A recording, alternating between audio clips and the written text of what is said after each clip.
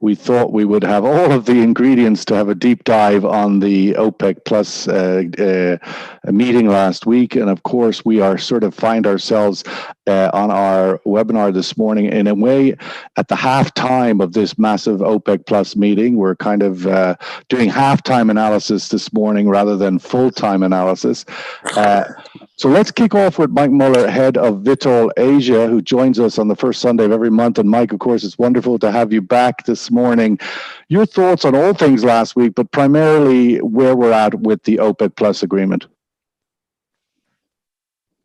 or the lack thereof. Well, we're in the middle of it, aren't we?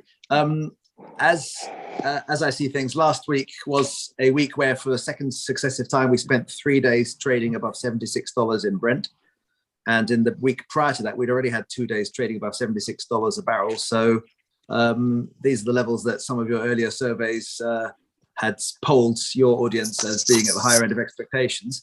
But as some of your commentators have been saying over the weeks, fundamentals at the front end of the market are very different, because everything we're talking about is longer term here, like when Iranian volumes will come back to market once there is an agreement.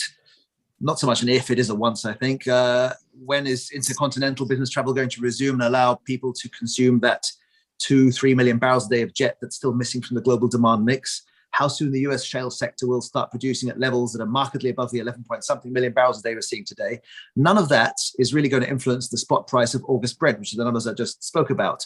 What's going to influence the price, of course, is OPEC, and that's why you had a very choppy set of pricing action last week, when the total change on week was only 18 cents a barrel up, and we spent time trading in a $3 a barrel range. But as I said, it was very choppy and very volatile.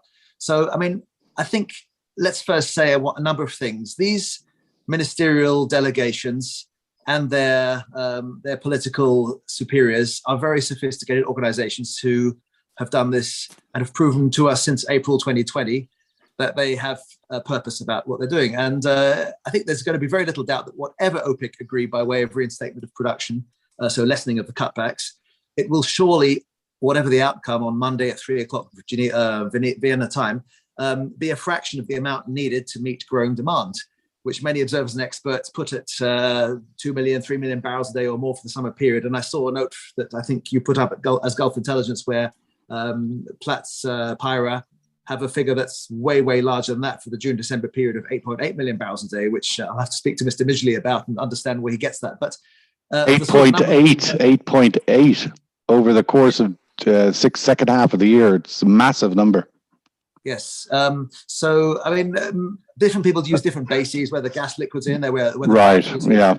But the bottom line, I think everybody agrees upon, is that OPEC are a big chunk of the way towards their stated objective of getting global inventory overhang back to manageable levels from their perspective, which is basically 2019 norm.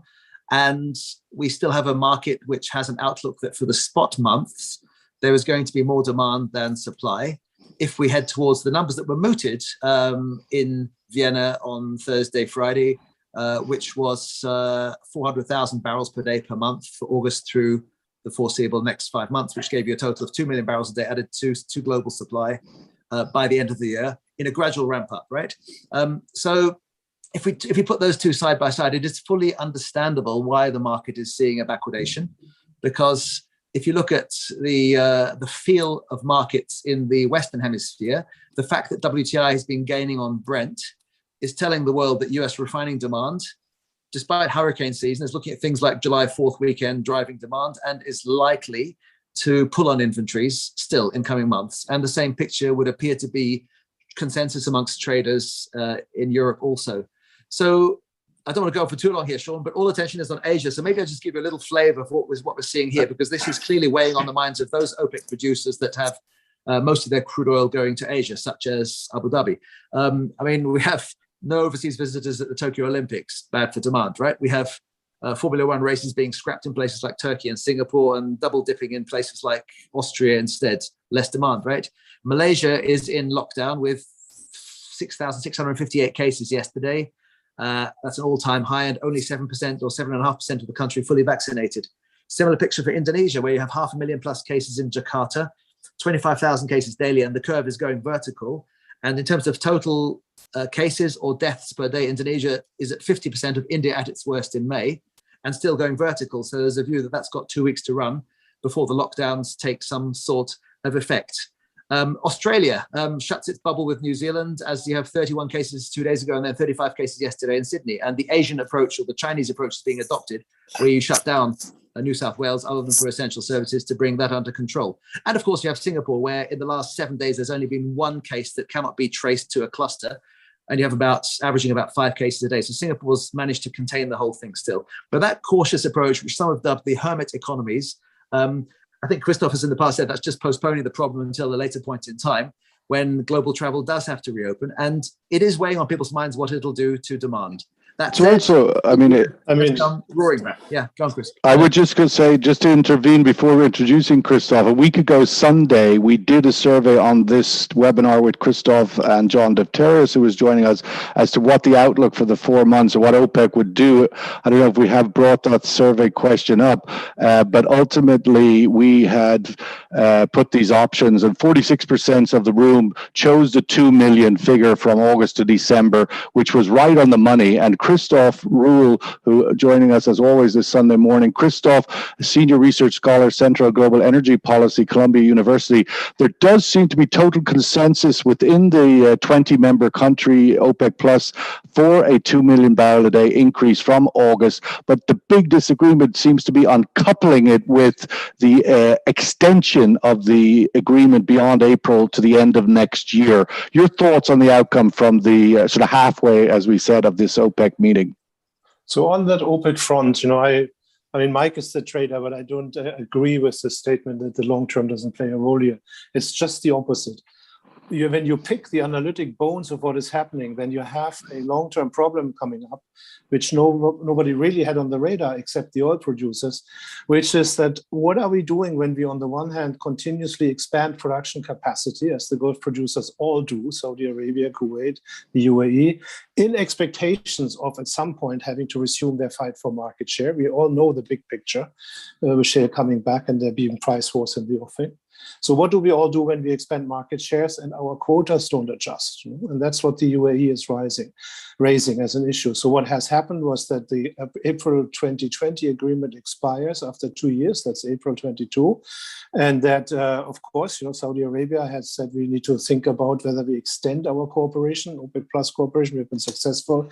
We want to take the money off the table. Are you all in? And probably everybody has said, yes, we're all in.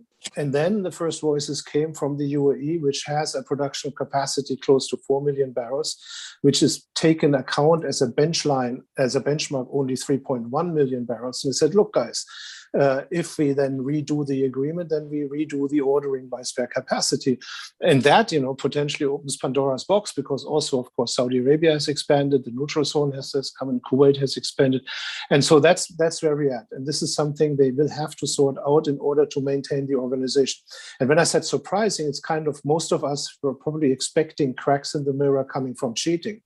But here, cracks in the mirror came from success and from the willingness to extend the agreement. And the next step, of course, will be that the OPEC Plus, the Plus countries, have the same kind of thing. Russia will say, okay, we can expand our production now, so how about our quota arrangement and so on? So that's not an easy nut to crack, and that has immediate effect on the short term. And that's why it matters for market, I think. On the numbers itself, so as you said, people here were right on the market. And I think that was the general perception that if you are careful, and Mike gave us all the numbers of the COVID increases, which may affect demand, and it's true. I mean, even in Germany here, we have an incidences which are ridiculously low. It's basically eradicated COVID, but everybody just talks about the fall and the Delta variant and what needs to be done. And so everybody is worried. And I think that's a very general attitude. People on the edge between wanting to go out and, being scared of winter. If that has an impact on demand, then OPEC is probably prudent enough. They won't calculate with 8.8 million. They will do about 2 million by the end of the year, both because there's money on the table and because they have to be prudent. This is now what I said earlier. Mike, the world decided in April 2020 that half of the problem would be solved by cooperation rather than by markets collapsing. And so now we have gone through that successfully, and now the punishment comes, which is that we will have higher prices for longer. Mike, The question that we discussed a lot last week ahead of the OPEC meeting was how much sort of line of sight did OPEC need to give the markets in order for there to be sort of stability and steady as she goes sort of outlook. And, you know, was it 3 months? Was it two? And many people were actually saying, no, 1 month, month to month. But they've actually come out with a 4 month. And now even with this sort of inclusion of the extension of the agreement, we're getting a vision right to the end of next year. My question to you, Mike, is does the market need that extension news now? The urgency, it seems, of to make this decision now, is that there? Does the market stability need it? Well, if you're talking about extension from April 2022, yes, exactly, beyond, like coupling these two things together. No, that is clearly an issue between the OPEC Plus protagonists because the market does not need that signal. Of course, the market trades the back end of the curve. There's a huge amount of attention around what producers can do if they hedge the forward curve. I mean, the very back end of the curve is about $10. If you talk about 2024 project hedging horizon, those companies that do it or have their lenders compelling them to do it have about $10, $11 a barrel more than they had at the end of the year, or indeed about $10 a barrel more for December 2024 Brent than was the case exactly a year ago.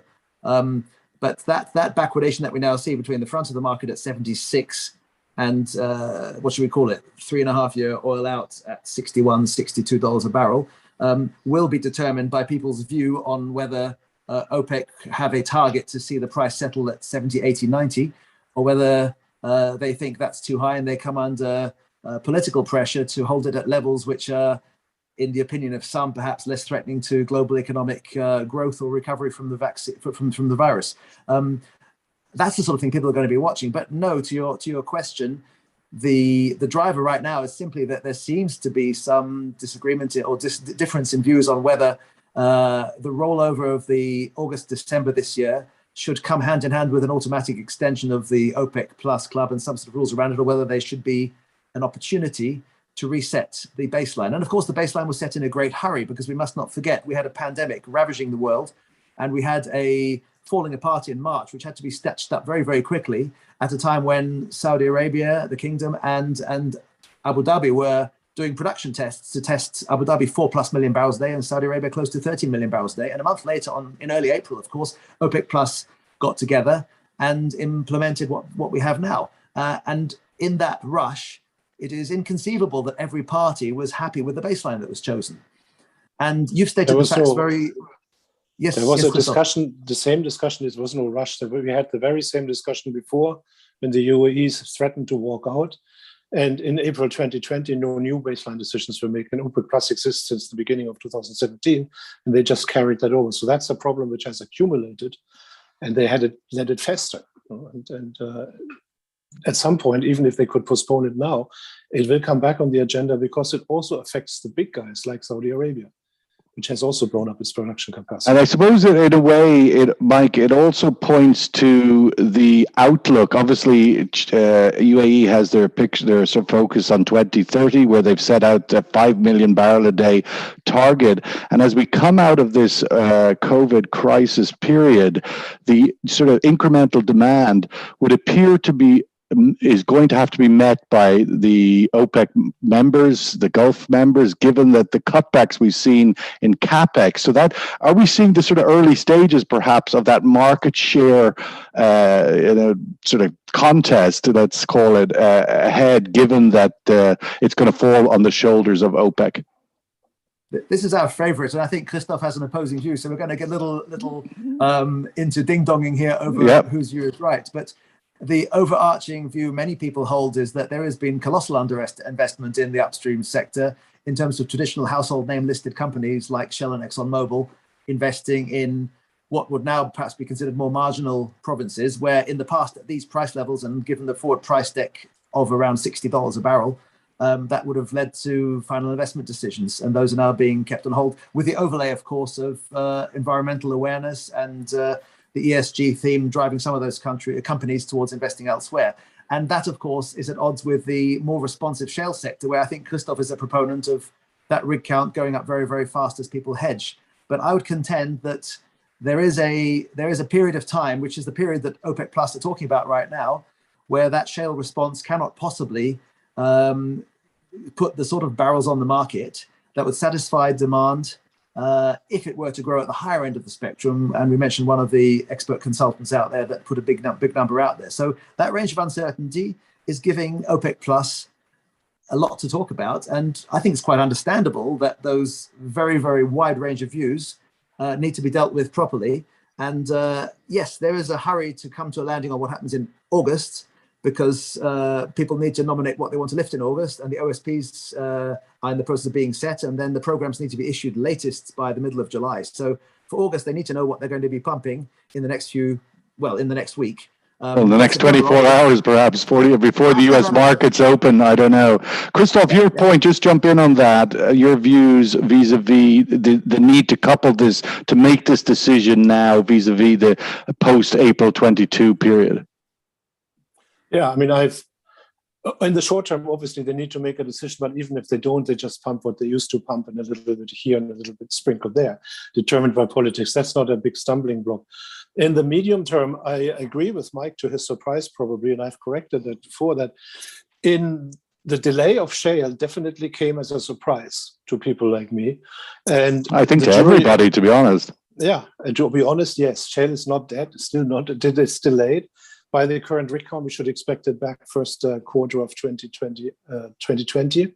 And as long as the carrot of high prices is there, eventually it will come back. We don't know what the mix is. Is it how much is sort of prudence on part of how much is obedience towards ESG tendencies in the debate? You know, we shouldn't touch dirty oil and banks' reluctance to finance it, and how much it is good old profit motive with people, just investors being scared of a politically driven oil price becoming very volatile and wanting to see returns first before they see cowboy growth again. So that's second point about the investment capacity is also correct. You know, I've always said there's no such thing as an investment bottleneck before the 2020 pandemic, when there was this talk about 2016, 2017, and the IEA and OPEC always in unison said we will have bottlenecks, that they never showed up.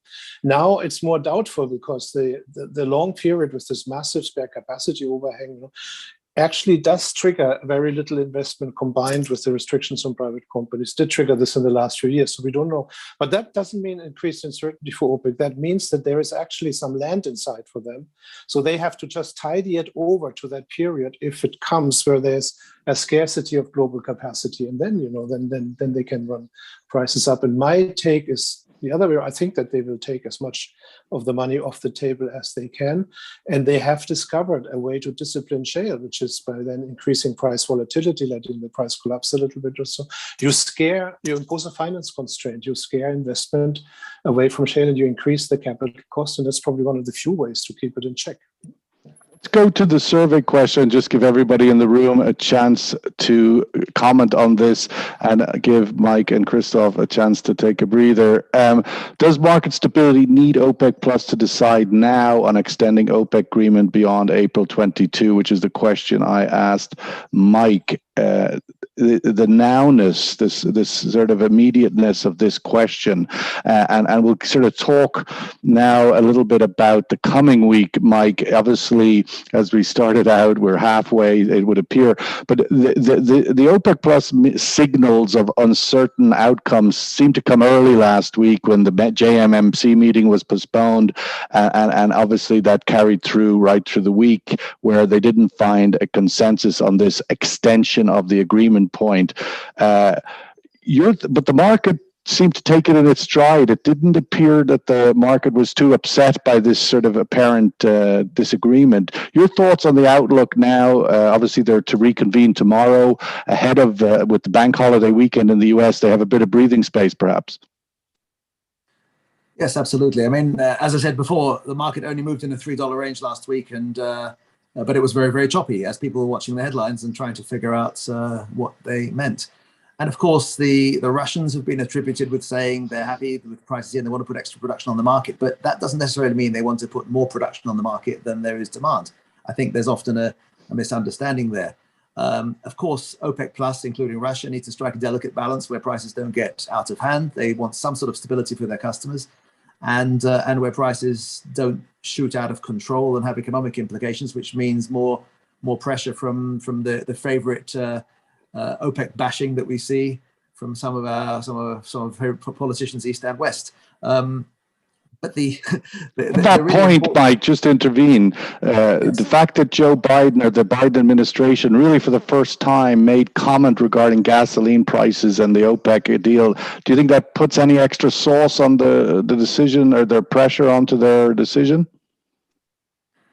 Not particularly, because, I mean, we've had many decisions in recent months from OPEC Plus, which I think at the time, many of us thought were more bullish than called for. And to give them their dues, OPEC Plus were right in being cautious. Yes, there was never really, in their month-by-month approach, which they adopted earlier this year, there was nothing that you would say they got that wrong, they had to correct it the subsequent month. So I think we need to give them some dues and some credit there. And that has done a lot to reassure the market that there is predictability there. And by the same token, how they've managed to play catch up on those who had exceeded their numbers and then reined themselves in voluntarily as part of the accord. So all in all, I think many people, as per your surveys, would have said a month ago, gosh, mid-70s, that's a bit higher than we would have expected. And can the market bear it? Well, in historical terms, I think a lot of economists will say it doesn't really get painful in the 50, 80 range. It's sort of when it gets above 85, 90 that people start getting into it. But that is a function of how it impacts relative economies. We have a low interest rate environment. We have oil not being the most rampant of the commodities, unless you take the last few weeks only. So we're in what many people are describing as a bit of a commodity super boom. And I personally don't see why Biden administration will get any more upset about a market at $79 than at $71, just to give you a range to play with, which starts with the number 7. But Christoph will have stronger views on this. He's our economist. Yeah, Christoph, welcome your thoughts. And also from the point of we didn't even touch on the jobs number out of the US last week, 850,000, a big number. It's a big bionic recovery in the US. So on the jobs number, it seems to indicate that the recovery has legs. It seems to confirm those voices which had to the previous poor showings of jobs said these are the post effects of the pandemic. Women who are still not back on the labor market because schools are still closed, kindergartens are closed. So it seems to confirm that the recovery moves ahead. And that means, of course, that this discussion about when to raise interest rates is getting more important, and the 23 framework is getting closer and more confirmed. Just to try to get some order into what German order into what Mike has said. Number one, I do think that when you sit on oil, a large chunk of the world's global oil supply, and you think about how to act, and you think strategically, and that means long term. Number two, it is of course terribly important in this picture where they now try to get to the next river boundary across the river to a territory where spare capacity is more or less back to normal in order to, and at current prices or higher prices. In that picture, it's terribly important what the US thinks and whether you're berated by the Biden administration or not, because April 2020 was a huge success in having a G20 meeting, basically, very gingerly and in coded words, but basically endorsing OPEC as an organization. That was unheard of. And you don't gamble that away lightly. You don't want to have a price war with the US. You don't want to have a political situation where the oil market interferes with your trying to rebuild an alliance after Trump and all these reasons. So that matters what the US says. And the US particularly, Christoph, when you add the American voice to the Indian voice, and the question to you ultimately is that Mike's point that these prices still don't seem to be putting a pain factor on the emerging economies. And that's the third point. So how does high oil prices matter? Number one, they matter potentially for the inflation outlook. And that's, of course, the core of the whole discussion in the rich economies at the moment. And what matters here is the signs, the delta. As long as they rise, they have a positive impact on inflation. If they fall, they have a negative impact. It's that simple. And so it's about the momentum also. I don't think he makes a difference between his government between $72 and $79, but it does make a difference whether it goes from 72 to 75 or from 79 to 75. The direction matters. And the last where oil prices matter is in growth. And that's true that the oil intensity of the global economy has dramatically declined over the decades. So oil prices now 70, 80, up to 100, I would argue in many instances are not a big factor. Plus, the US still is either neutral or a slight net exporter, so high oil prices benefit large parts of the US economy. That has changed. And that's why the level of oil prices and the impact on economic growth is at the moment it's not likely to become such a big topic of discussion below 100, as is the inflationary impact. Mike, just sort of let's bring up the survey result and just also look to sort of setting out the next 48 hours, if you like. Again, we have consensus. UAE and everybody else seems to be on board with the 2 million over August to December. Do you expect them to decouple this agreement or this discussion at the risk of not losing OPEC Plus at this time? That would seem a train crash unnecessary. I honestly don't know, Sean, and I don't want to give our dear journalist attendees a headline here with a veto opinion. Okay. Fair enough. Fair enough. Let's just look at history, which suggests that we've had impasses like this before, and they have been resolved in a combination of the senior ministers and their governments respectively. Well, let me put it this way to you, Mike. If you see this agreement on the output side, which was 400,000 a month each month from August, which is not unlike what we've had the last 3 months, give or take. I mean, it's been a little bit more if you take the Saudi piece, but now that the Saudi piece is gone, we're sort of continuing with the same general number, 400,000 from OPEC Plus. Is that a steady number? The market stays where it is? It's a comfortable number? It meets the sort of demand recovery? We've had the privilege of many consultants giving us their numbers over the last few days and weeks, and 2 million barrels a day extra supply from OPEC Plus between August and December is at the low end of the range of demand estimates, with the high end being the 8.8 para Platts number that we mentioned before. And I think there's 100% consensus there that this sort of extra volume from OPEC Plus combined with the fact that the rig count in the US is unable to bring us extra production from North America, is going to see inventories continue to draw. And as I said at the beginning, since OPEC are not far off already accomplishing their objective of bringing inventories down to the 2019 base level, and if you account for the fact that the world has new infrastructure in places like China, which naturally need to hold more working length in order to operate these new refineries like Rongsheng, for example, we end up with a position where I think backwardation is justified, and the front end of the market may see further pockets of tightening. And provided that translates through to products, which is where the demand comes from, of course, it comes from transportation fuels, people getting on planes, people driving more, you will end up seeing the refining margin underpinning that backwardation in the crude, and possibly underpinning further strengthening of traded crude oil differentials as well. And we've seen that right where you're sitting, Sean. I mean, the Murban market has been strengthening because the dated Brent to Dubai spread is telling us that the West doesn't want to let go too much of its oil because it's got the demand over there now. And that leads now to a call for more oil from OPEC. And if OPEC judiciously put that oil in the market at a pace that they judge to be appropriate, look at the spot market and see how much late buying is done by spot Chinese companies, by the large Indian refiners, by the tenders into Thailand, Indonesia, etc., the spot market into Singapore refining. And it may, in my view, continue to do what it did last month, which is there's healthy demand at the tail end of each trading cycle. And to give the IFAD exchange a little plug now, it is also moving around, reflecting that with a stronger Murban price than we had 2 months ago. Well, just to give people an extra clarity on another acronym we all have to get used to, IFAD, ICE Futures Abu Dhabi Exchange, which opened last spring. Christoph, last word to you. What do you see the week ahead? Obviously, get your views on the OPEC Plus and anything beyond that.